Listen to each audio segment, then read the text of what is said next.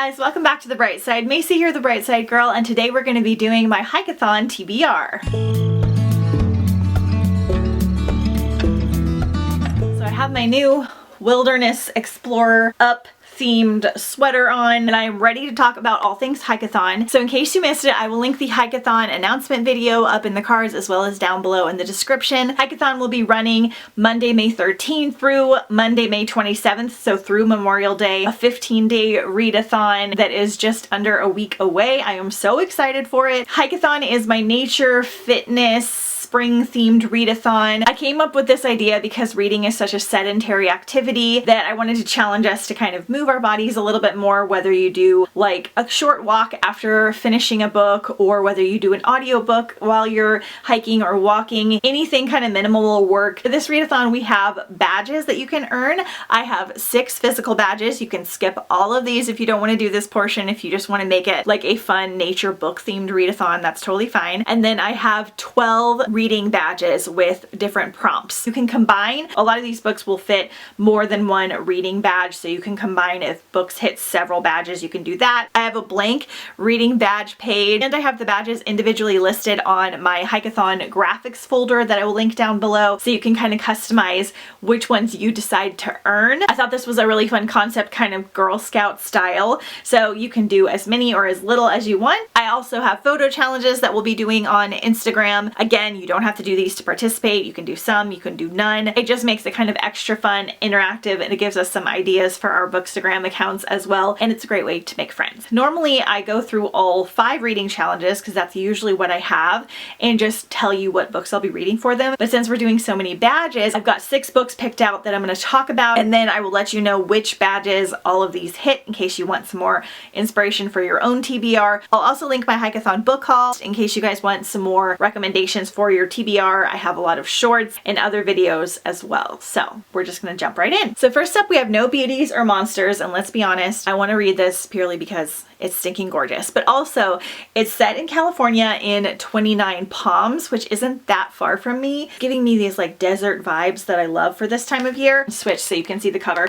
In this one we have Riley, and she hasn't been back to the US military base in 29 Palms since her father died. She left a lot of memories out there buried in the sand of the Mojave Desert. Memories of her dad, her old friends Nathan and Lily, and most of all her enigmatic grandfather who cut ties with Riley's family before he passed away. Her mom's new work assignment has sent them back to 29 Palms, and now Riley is in the one place she never wanted to return to. At least her old friends are happy to welcome her back, some of them anyway. It turns out Lily is gone, vanished into the desert, and to make matters worse, there are whispers around town of a mysterious killer on the loose. But it isn't just 29 Palms that feels frightening. There's something wrong with Riley too. She's seeing things she can't explain, visions of monstrous creatures that stalk the night. This is a young adult read. This one will work for the survival badge, set in nature badge, and for mountains on the cover. So this one will hit quite a few of them. It sounds really, really good, and I'm very excited to check it out. Okay, next we have Empress of All Seasons by Emiko Jean. This is another young adult fantasy novel. For each generation, a competition is held to find the next Empress of Hanaku. The rules are simple: survive the palace's enchanted seasonal room, conquer winter, spring, summer, and fall, and marry the prince. All are eligible to compete, all except yokai, supernatural monsters and spirits whom the human emperor is determined to enslave and destroy. Mari has spent a lifetime training to become an empress. Winning should be easy, and it would be if she weren't hiding a dangerous secret. Mari is a yokai with the ability to transform into a monster. If discovered, her life will be forfeit, and as she struggles to keep her identity hidden, Mari's fate collides with that of Taro. The prince has no desire to inherit the imperial throne, and Akira, a half-human, half-yokai outcast. So it just sounds super magical. So this one specifically I picked for the seasonal read prompt, which you can kind of do a bunch of different ways. You can do one that has to do with the seasons, a book that goes through different seasons in the book, a book that's set in one specific season. This one is kind of a mix of all of them. There may be some elemental magic in here as well, I'm not sure. And it sounds like it might be a little bit of a survival read also. And it has flowers on the cover. So hitting a lot with this one, and it sounds fabulous. Next we have Blood Red Road by Moira Young. This is part of a young adult either trilogy or series. In this one, Sarah has spent her whole life in Silver Lake, a dried up wasteland ravaged by constant dust storms. That's fine by her as long as her beloved twin brother Lou is around. But when a monster sandstorm arrives bearing 4 cloaked horsemen, Saba's world is shattered and Lou is captured, and Saba must embark on a quest to get him back. This sounds really, really great. We've got survival read, we've got mountain on the cover, we've got set in nature, and we have character on a journey. So this one will hit a lot of prompts and it sounds really great. Next, we have The Lovely and the Lost by Jennifer Lynn Barnes. This would be my first Jennifer Lynn Barnes and it sounds incredible. First of all, it has these little like hiking shoes and paw prints, which are just everything. Again, another young adult book. I believe it's part of a trilogy. Kira Bennett's earliest memories are of living alone and wild in the woods. She has no idea how long she was on her own or what she had to do to survive, but she remembers the moment that Katie Bennett and one of her search and rescue dogs found her. Adopted into the Bennett family, Kira still struggles with human interaction years later, but she excels at the family business, search and rescue. Together with Katie's son Jude and their neighbor Free, Kira works alongside Katie to train the world's most elite search and rescue dogs, and someday all 3 teenagers hope to put their skills to use, finding the lost and bringing them home. I mean, anything more Hikeathon-ish than this, I don't know. So in this one, we have mountains on the cover. There is a survival element, at least in the beginning part of that story. We've got characters on a journey, and it's set in nature. Next, we're doing a new release that came out this year, Into the Sunken City. I put this on my most anticipated releases. This is a young adult standalone by Dinesh Theru. Hopefully I'm saying that correctly. In the slowly sinking city of Cocachino, Arizona, the days are long, the money is tight, and the rain never stops. For Jin Haldar, this life is nothing new.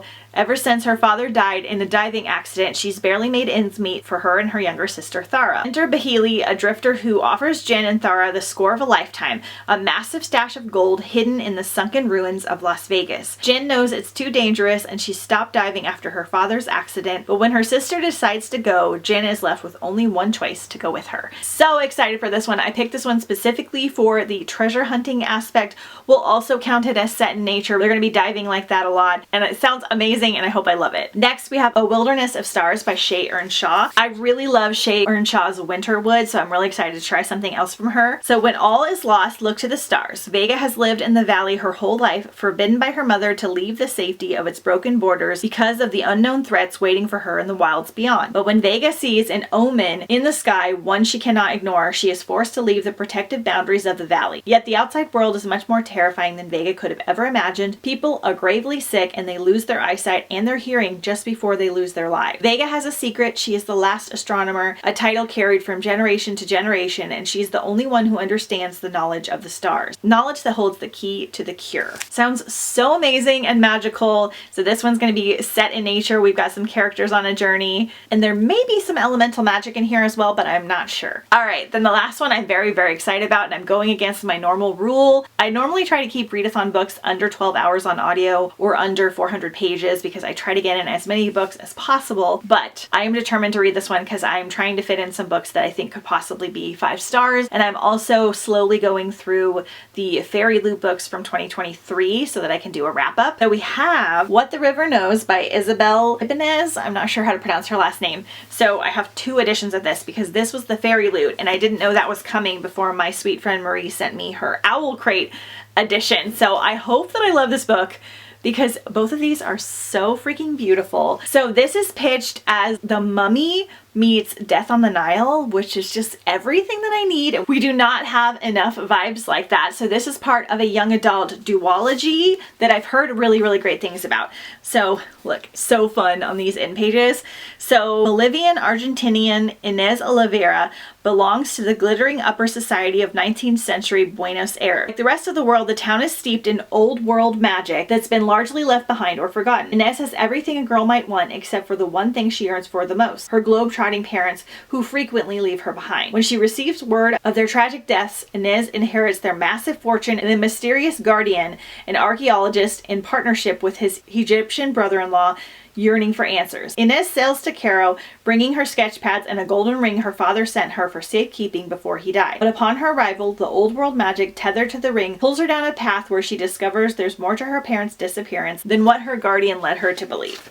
Also, I just wanted to show off how pretty the naked book is. Okay.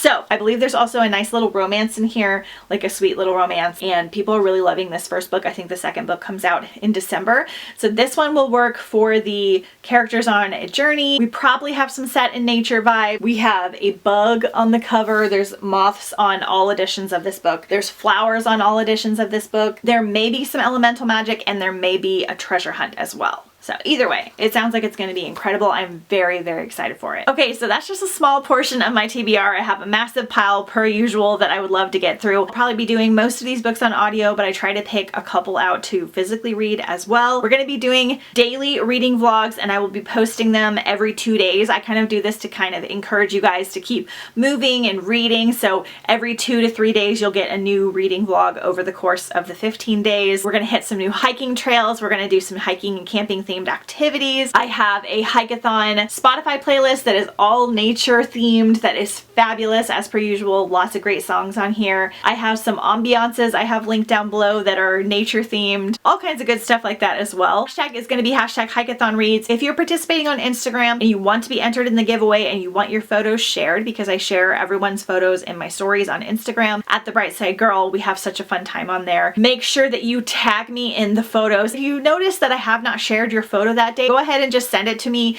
in a DM. Sometimes when we have a lot of people participating, I can miss out on the photos. Instagram made the hashtags a little bit harder for me to find the photos. See that I haven't shared your photo, just go ahead and message me and let me know, because I want to share as many photos as possible so we can all connect, and it's just really fun to see all the different challenges. I love this readathon because you can do so many of the photo challenges outside, and it makes it nice and easy. I think I hit most of the reading badges for this TBR, but there are 1 or 2 that I need to keep in the back of my mind if I want to hit them all. And again, I go over all of those in the Hikeathon announcement video. I have some other recommendation videos as well that you can check out here. Let me know if you plan on participating. Let me know if you plan on reading any of these books, because I would love to chat with you about them. And I'm just really excited to get started very soon, and I'll see you guys next time on The Bright Side.